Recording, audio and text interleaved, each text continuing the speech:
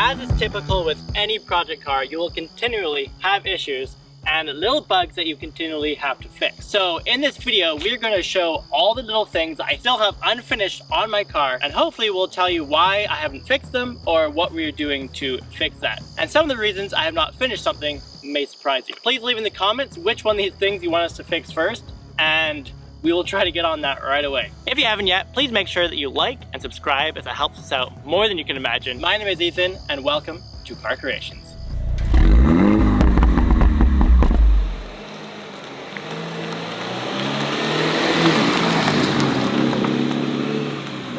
Well, one of the things that probably drive people nuts the most is how dirty it is.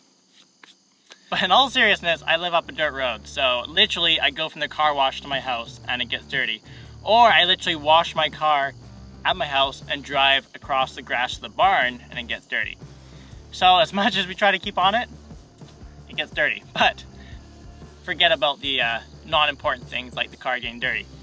Right here is what probably drives me nuts the most, and that is where this bumper piece right here, this black diffuser insert, we have the link for that video down below. Basically, I could only find a F56 version of that in North America because the F55 does not come with that piece in North America. They don't have like the JCW Sports version for the Cooper or the Cooper S. So because of that, I've had to order one from Europe, and I got the wrong one 2 times sent over with literally just a single exhaust pipe on the left. So if you just have a base Cooper and you want that piece for it to look like this, hit me up in the DMs and I can help you out. But I'm waiting for that piece to come because, as you can see, it's pulling the bumper too much in.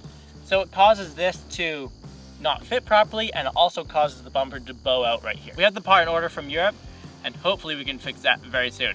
Talking about trim, let's go to the next issue at the front.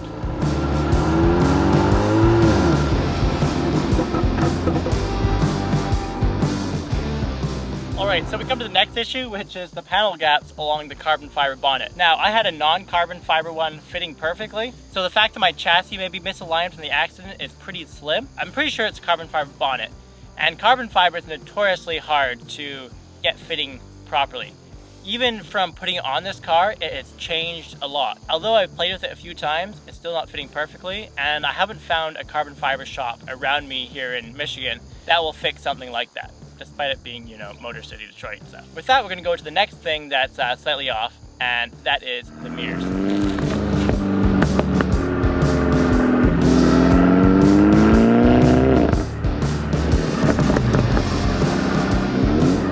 Alright, so now we come to the mirrors, and on this side you might notice that it's black. On the other side it's a little bit of a bluish black, and that's because that's enigmatic black, which has a slightly blue color on that mirror.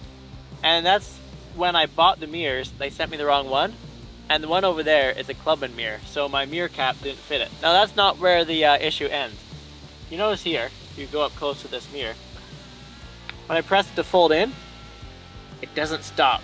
It just keeps going around and around and around and around and around and around and around and around and around and around. And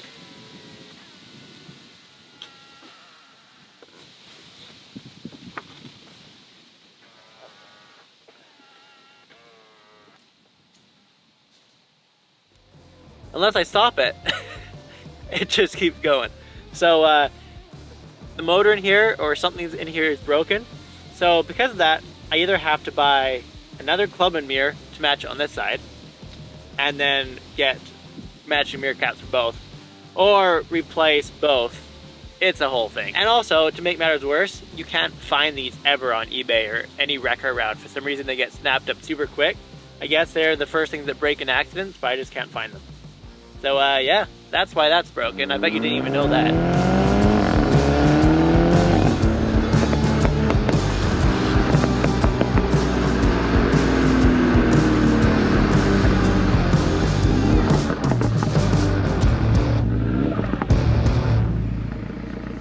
So as you can see, there's some odd things going on with the front headlight.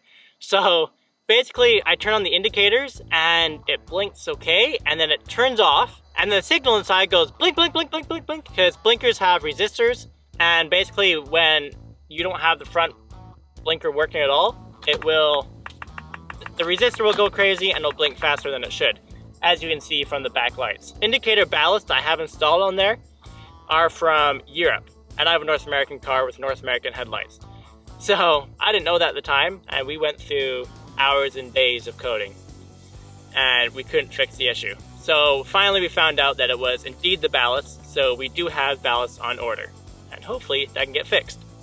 But the reason why it hasn't gotten fixed sooner is because I ordered them, then MINI lost them, then I ordered them again, and then the manager there was fired or quit, and they couldn't find them again, so then they're on order again. So hopefully they're coming soon.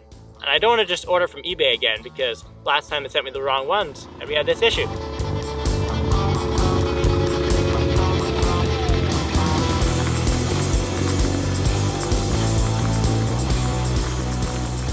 Inside the car, there's actually not many issues, to be honest, other than our most recent video where we got the new trim panels, where we have them right there, over there, back there.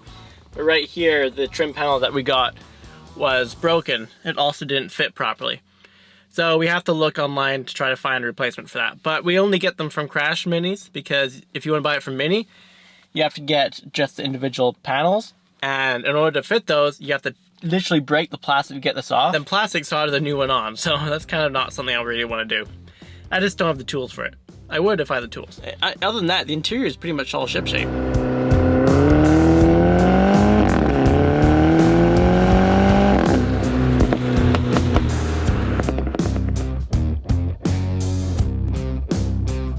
So as you can see right here, it says transmission, secure vehicle with parking brake when stopped, consult service center. So it's a service request issue here. And really the only way to solve that is to replace this right here, because the early F series from like 2014 to I guess my year, 2016, they were known to, for a little spring to break in here.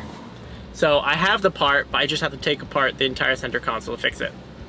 Other than that, that's all that's broken in the interior. I forgot one last thing in the interior. It is this airbag right here. So as you can see, I have the old style emblem, and it's kind of peeling up a little bit. But in order to fix that, I have to get a new airbag. So that's like, you know, at least 500 bucks. So we're holding off on that for a little bit, because 500 bucks to fix a sticker is a bit steep. There's nothing wrong with the airbag. So despite all the things that I still have to do in my car, I love every bit of it, and none of them are annoying enough for me not to want to drive it. Like, I'm still gonna have just as much fun driving it when the bumper is just a little bit out.